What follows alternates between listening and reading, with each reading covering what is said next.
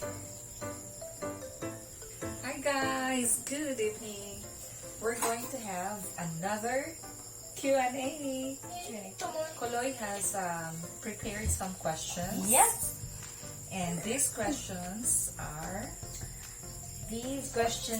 for us to answer tonight, along with these food to enjoy. because we're celebrating Father's Day! Okay, so before we start, I will pray. Sian, can you please pray? Pray. No, don't do it. Dear Jesus, watch us. Today is celebration, and we're gonna play a game. Amen. Let's have a background first. Since we're celebrating Father's Day right now, even if our fathers are not with us.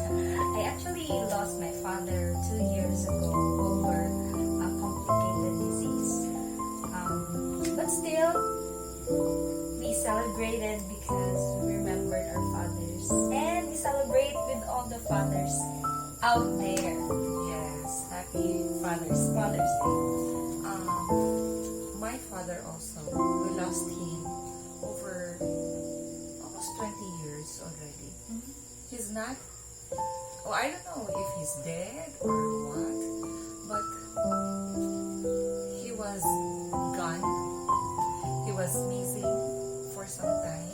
We tried to look for him, but we have no idea where he is. So, I don't know, we're still hoping that we can find him.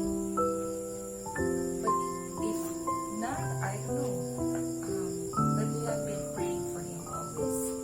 Right, Sian? You have been praying for him, Yes. Lolo Emily? Yes. Okay. Right, so my father's name is, we're going to unravel names of our father as we go along with our questions. So, how are we gonna play this? Let's speak. I'll go first. Alright. What's the question? What is your best childhood memory with your father? My father is a merchant, so most of the time he's away from our house. But then every time he comes home, he always makes sure that we have family bonding. Like we always have games because we have a lot of board games. My father is fond of buying us board games like Scrabble, Chinese checkers, bingo. So every time he's home, we always do that, like as a family. And my father, another best childhood memory with him is when I was very young, he was like my first teacher because he's the one who always asks me, "What is your name? What do you call this in English? How about this?" So all the parts of the body, I learned the English terms because of my father. Alright, so all the answers who are done are placed there. So it's now my turn. Yeah, your turn. So after these last question, after we answer this, we have a first rule. We must not cry. Oh, Okay. Okay, my question is, what do you remember most about your dad? I remember most about my dad is when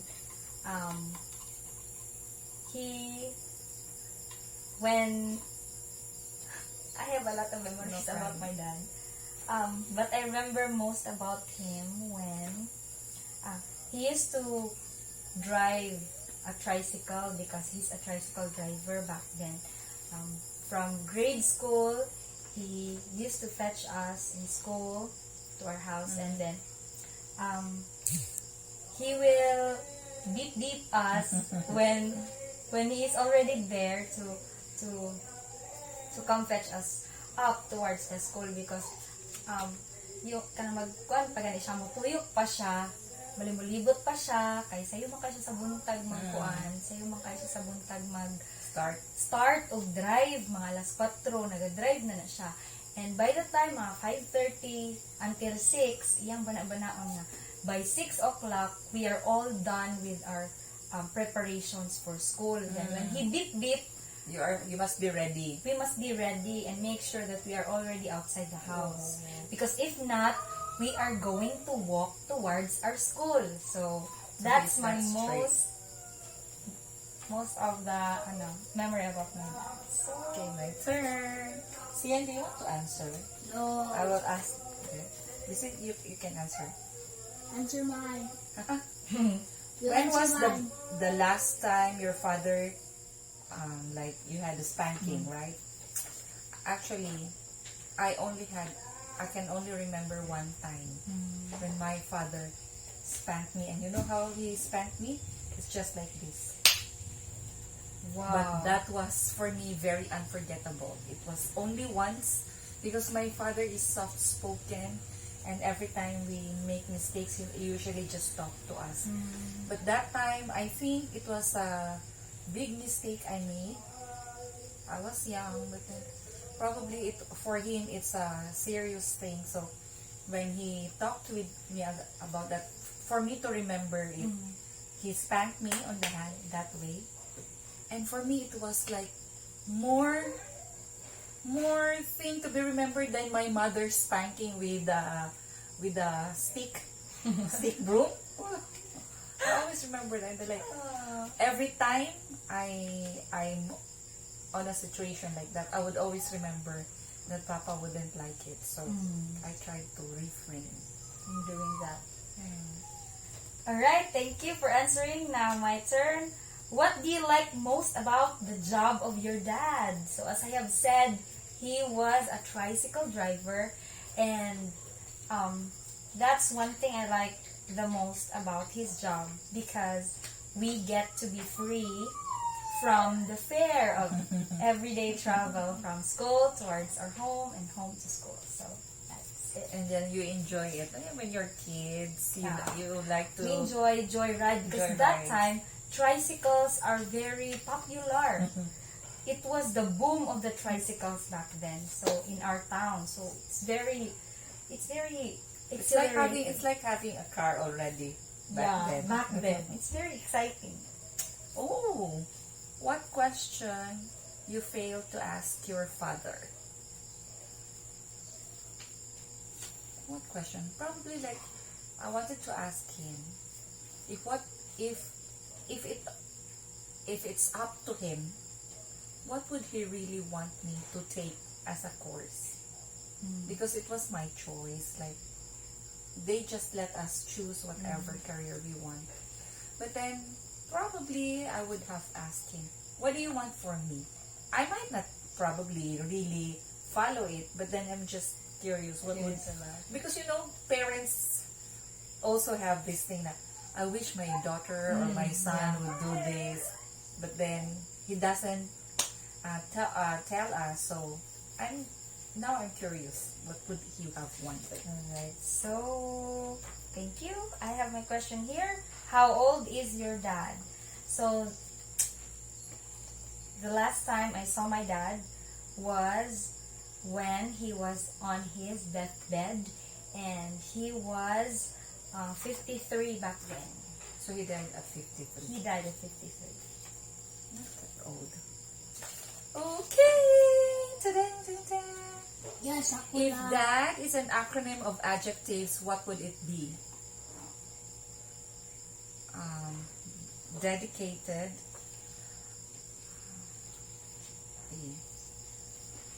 He's a dedicated man. Like, he tries to do his best for his family. What is A? Amiable or friendly. My father is very friendly. He's got lots of friends, and like the Filipino way, like even if we don't have food, and then he knows somebody come, hey, come, let's eat. It's like that. And Even if you don't have enough. even if you don't have enough, he would ask people, come, join us, let's eat. Alright. So he's friendly, amiable. And another D is, I'm short of adjectives. You help me. And Director, driver. My father was a driver. Well, okay, that could be. Okay, that could be Because they're driving the family's yeah. affairs, you know. Yeah, They're the yeah. director in the house. Yeah. So my question is, what thing you associate your dad with? What thing I associate with my dad? It's, I guess, a rock. Because he has a strong Personality. yes, a strong personality and a firm decision. When he decides no, that is no. When he say he will allow us, then he will allow us. No is no and yes is yes. That's my dad. Okay. What is dad really good at? As I have mentioned, my father is a merchant and he's really good in selling, you know. When he has some stocks and he goes out and tries to sell it, usually when he comes home, it's really all sold. Oh! Happy Father's Day!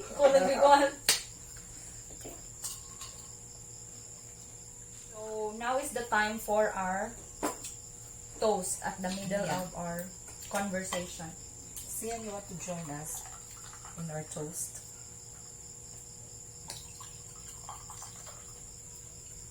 Okay. Sian, what do you say to Daddy? What do you say to Daddy? Love you, Daddy. Okay, so here's your. Let's have a toast. Try to post that first. Okay, to all Daddies! to all daddies and to our fathers, toast na. Sian! Cheers! My father, as I have said, is a very has a very strong personality. He has the very loud voice, almost that overlaps all the noise around the compound. So he has like a trumpa, you call that voice, is like a sound system, and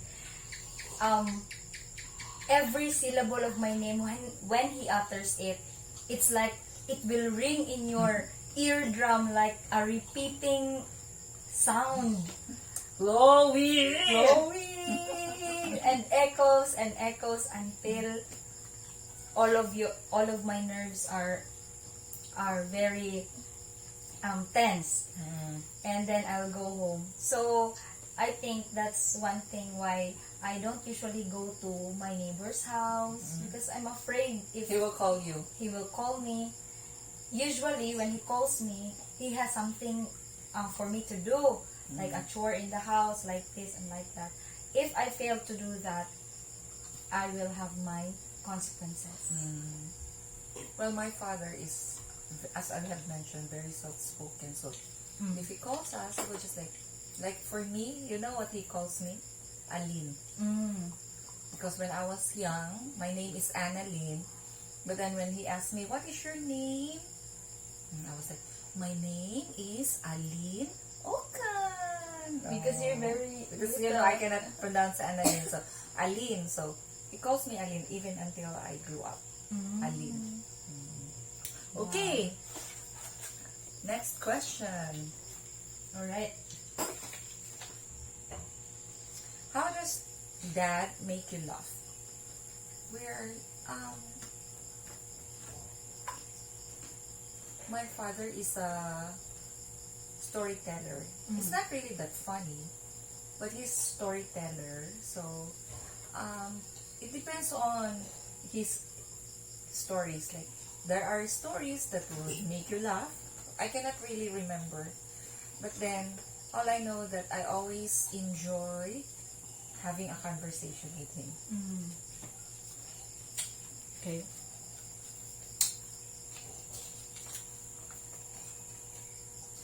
My question here is, what is something your dad always says to you? My dad will always say, ayaw sa pag-uyab-uyab, hangtod dili ka human og eskwela. That is always the words that resounds until I graduated. Which you really followed. Good daughter. I graduated without a boyfriend. What makes you proud of your dad?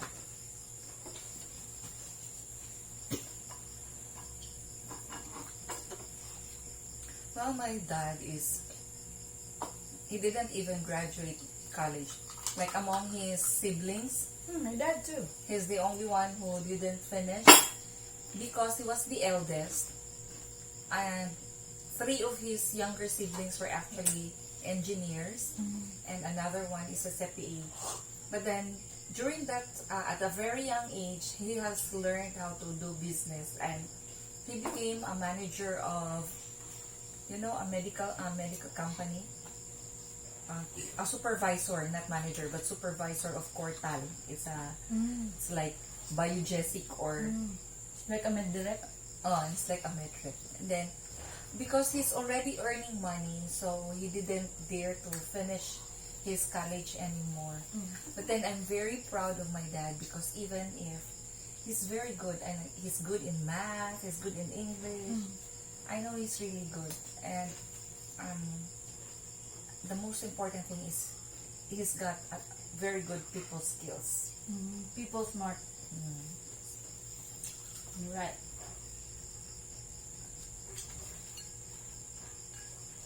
Here we go. My father's name is... Alright. You're also going to share to us your father's name. Your full father's name. The full name of your father. So the full name of my father is Tranquilino Remorosa Nahine Jr. The people there, our neighbors, used to call him Angki. And because his dad is also, my grandfather is also Angki. And his name is Angki. His nickname, rather. And Angki or Junjun. So that's how they call them. My father's name is Eleno Alforque Ocan Jr. Junior. Yeah, Junior. My father too is a junior. Junior. But people call him Eddie. So, Eleno, from Eleno. That's why my name is Anna Lynn.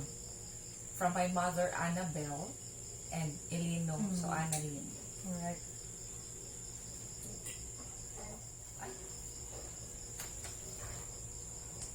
What is father's favorite pastime? My father is a reader, so he's always busy selling or traveling. But when he's home, you can always find him reading. Okay, he's fond of reading, and he buys us nice books. Alright, we're almost done with our question and answer. So, my question is, why do you think mother fell in love with father? Oh. Wow, this is the question I'm supposed to ask you. Because I don't want to be asked this question. So, since this belongs to me, so why do I think my mama fell in love with my Your papa? dad is handsome. I think she fell in love with the talent, or I mean the skill of my dad. My father is a renowned volleyball player in our place. So there's none who can beat my father way back then. With And volleyball. yes, in volleyball. He can actually, our neighbors and my uncles and aunts used to tell me that my father is best in volleyball. My father never told us that he is a champion in volleyball and even represented our province in the national team. So he is really good, but he never told us about it. And you never saw him play? I never saw him play because by the time when I was, I guess, 5 years old, his leg was being hit by one of his teammates while they played, and then it was injured. And by that time, he has a hard time getting back in the court. So, yeah. I think that's one of the qualities my father had. Why mom fell in love with father. And of course, my father is very hardworking. He will work from morning without sun. Before the sun rises until the sun sets. The sun sets. So he's very hardworking. Okay. So, do you want to find a person like that? Yeah.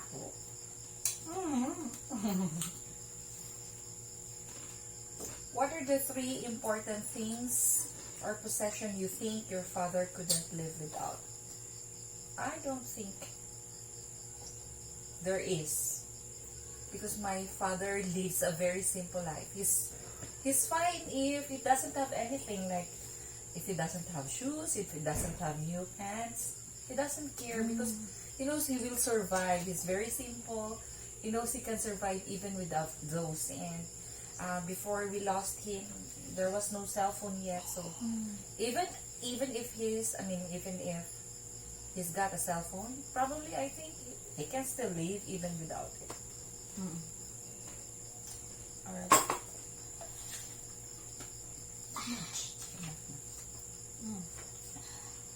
Yeah. What food does your dad make the best?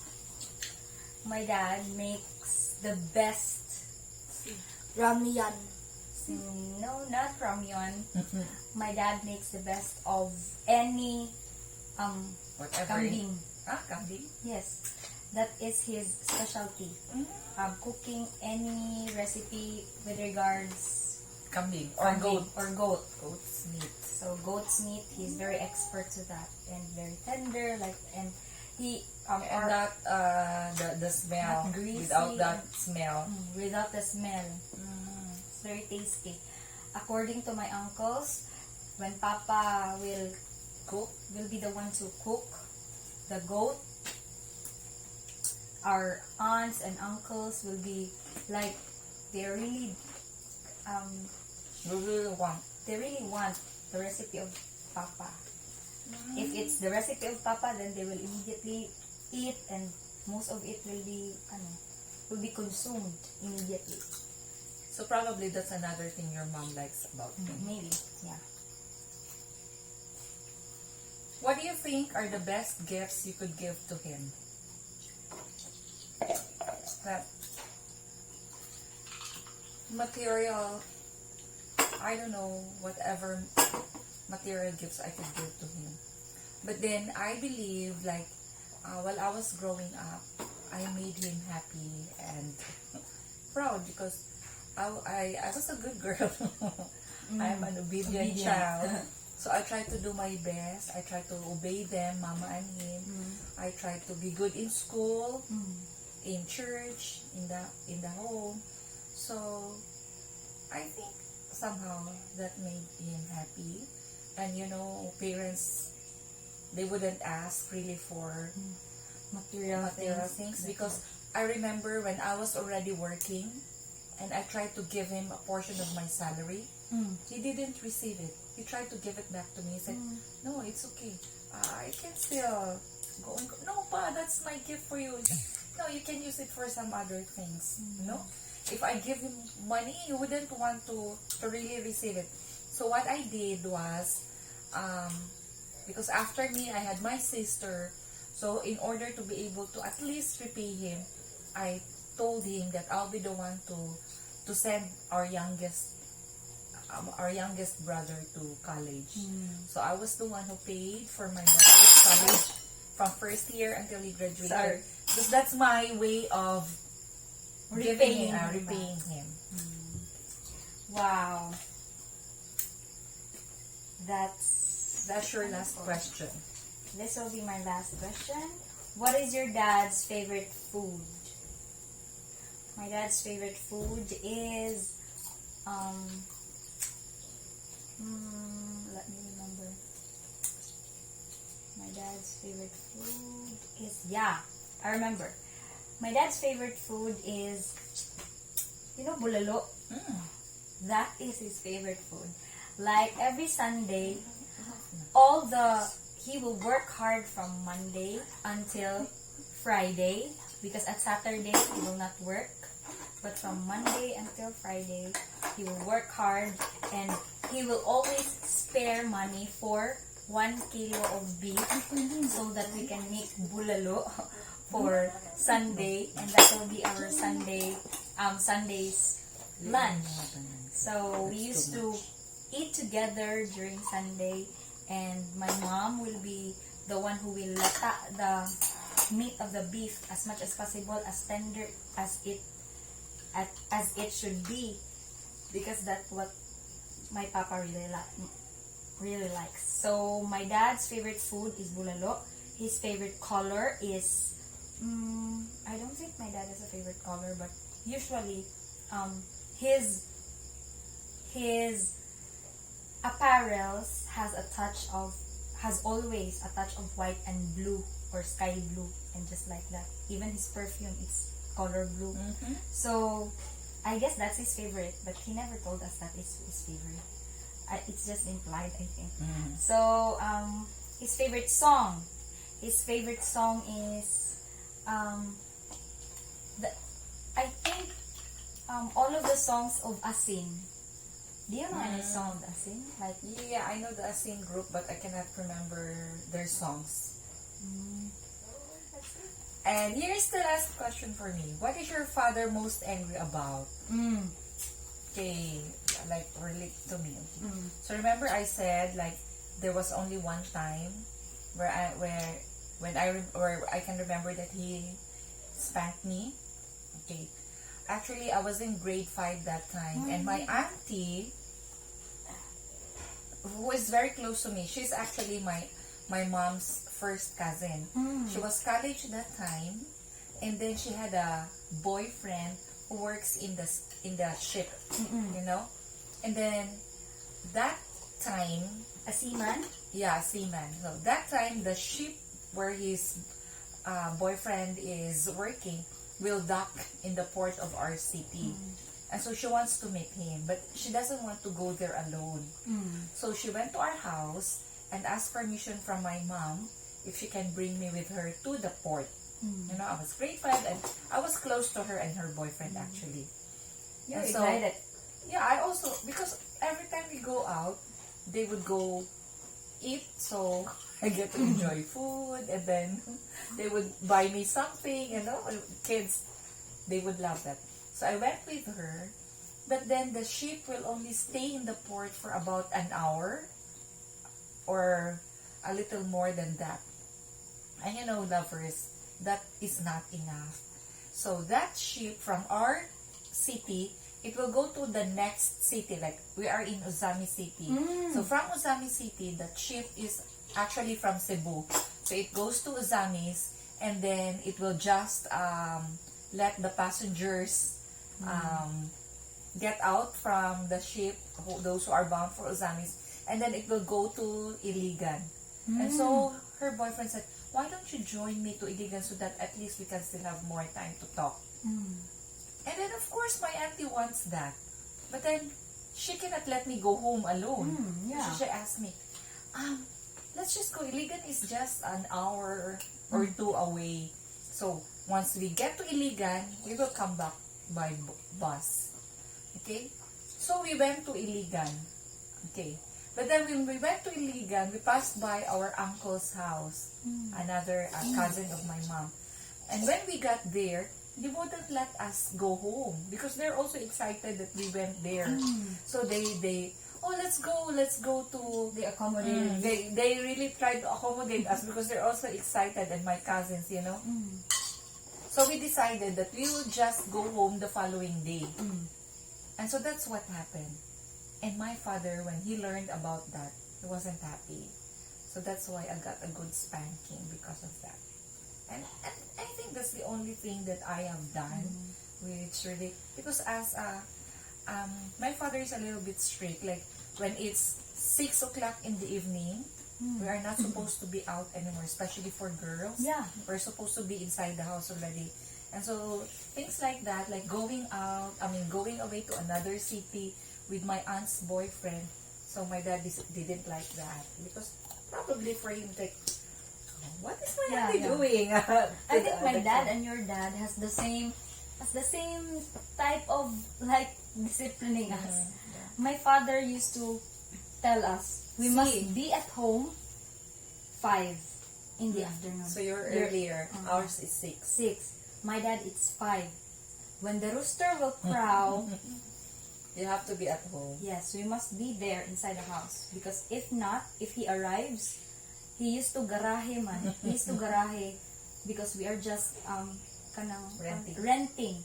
We are just renting the tricycle that he's driving. So when he garahe the tricycle, he will go home, and then when we are not inside the house, for sure we will also have not a good spank. It's a bad spank, really. So that's what happens. Okay, so I think that's one thing common among us, and that's why. Aside that our father's name are Junjun or Junior, that's one common. And look, because our fathers were so strict, remember? We had our first boyfriend at the age of 23. 23, imagine. But I hope She had her boyfriend at 23. I also had my boyfriend in 23. because they were. Anyways, That's not it's a coincidence. But then it's a good thing to talk about our dads and the wonderful things that we can remember about them. Because after all, we are who we are partly because of them. And that's one thing we should be grateful for. And let's hope that I'm hoping that you can find a really good husband so that your kids will also grow to be good. So we will pray for that. See ya? Last message. What is your message for Daddy? I love you, Daddy. Happy Father's Day. God bless you. Okay. My Let's husband eat the is cake. in Thailand. He's working in Thailand, so he's also away from us. And now it's time to slice the cake. No. The most awaited part of Basta nga. Mga Dakilang Ama, Angki, and Ellie. Okay. My father is Angki. Her father is Ellie. So once again, happy Father's Day to all the fathers.